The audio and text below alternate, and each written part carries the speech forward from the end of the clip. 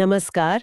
आज हम एक बहुत ही अनोखी और गहरी यात्रा नर्मदा परिक्रमा पर थोड़ी बातचीत कर रहे हैं। जी। हमारे पास जो जानकारी है वो वाकई सोचने पर मजबूर करती है। ये सिर्फ मीलों चलना नहीं है, बल्कि खुद को जानने और शायद बदलने का एक जरिया है। बिल्कुल।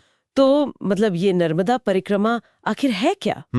आसान शब्दों में कहें तो नर्मदा नदी के दोनों किनारों के साथ साथ पूरी श्रद्धा से चलना, एक पूरा चक्कर लगाना। हाँ, पूरी परिक्रमा। और ये चक्कर कोई छोटा मोटा नहीं है, करीब 2600 किलोमीटर लंबा। जी हाँ, काफी लंबा है। सोचिए, पैदल चलने वालों को इसे पूरा करने में अंदाजन कितना 3 साल 3 महीने और 13 दिन लग जाते हैं। बाप रे। ये अपने आप में एक बड़ी साधना है।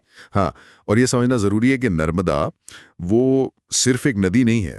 हिंदू संस्कृति में इन्हें माँ का दर्जा दिया गया है, गंगा जितनी पवित्र। अच्छा। तो ये परिक्रमा असल में माँ की गोद में एक आध्यात्मिक सफर है। सफर शुरू कहाँ से होता है? मतलब इसका रूट क्या है? ये नर्मदा के उद्गम स्थल अमरकंटक से शुरू होता है। अमरकंटक से, ठीक है। हाँ, यात्री नदी के एक किनारे चलते चलते समुद्र तक जाते हैं और फिर दूसरे किनारे से वापस अमरकंटक लौटते हैं। ओह, यानी पूरा एक घेरा। बिल्कुल, पूरा एक चक्र। और इस यात्रा की खासियत सिर्फ इसकी लंबाई या रास्ता नहीं है। हाँ? इसकी गहराई तो मान्यताओं में छुपी है। माना जाता है कि यह परिक्रमा जन्मों के पाप धो देती है और मोक्ष का रास्ता खोल देती है। अच्छा। एक कहावत तो बहुत मशहूर है जो हमारे स्रोतों में भी मिलती है, गंगा स्नान से, यमुना पीने से, पर नर्मदा तो बस दर्शन देने से ही तार देती है। वाकई ये तो अद्भुत है। और ये जानना भी दिलचस्प है कि इस दौरान यात्रियों को कैसे रहना होता है। सुनने में आया है नियम काफी कड़े हैं। हाँ, नियम तो हैं, जैसे बिल्कुल साधुओं की तरह सादा जीवन जीना, किसी भी जीव को नुकसान नहीं पहुंचाना, पूरी तरह अहिंसा। अहिंसा। अपना गुजारा भी भिक्षा मांग कर करना पड़ता है। ओह, भिक्षा पर। जी।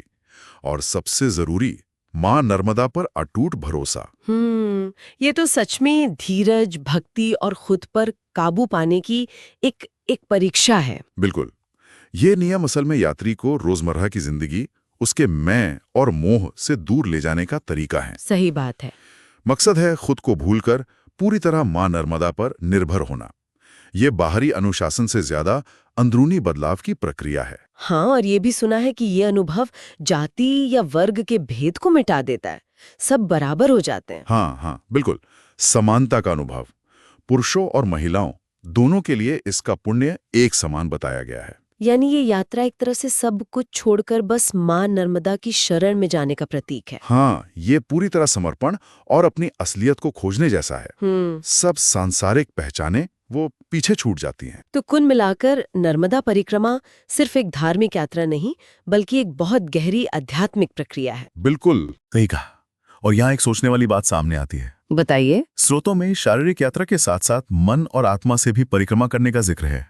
ओह अच्छा, मन और आत्मा से। हाँ, तो क्या ऐसा हो सकता है कि इस परिक्रमा का जो असली भाव है, जिसे वैराग्य, समर्पण, खुद के अंदर झांकना, उसे हम अपनी रोज की जिंदगी में भी किसी तरह अपना सकें? ये दिलचस्प सवाल है। भले ही हम ये लंबी यात्रा ना कर पाएं, क्या उस भावना को जीना मुमकिन है? ये एक विचारणीय प्रश्न है। बिल्कुल सोचने वाली बात है। नर्मदा हर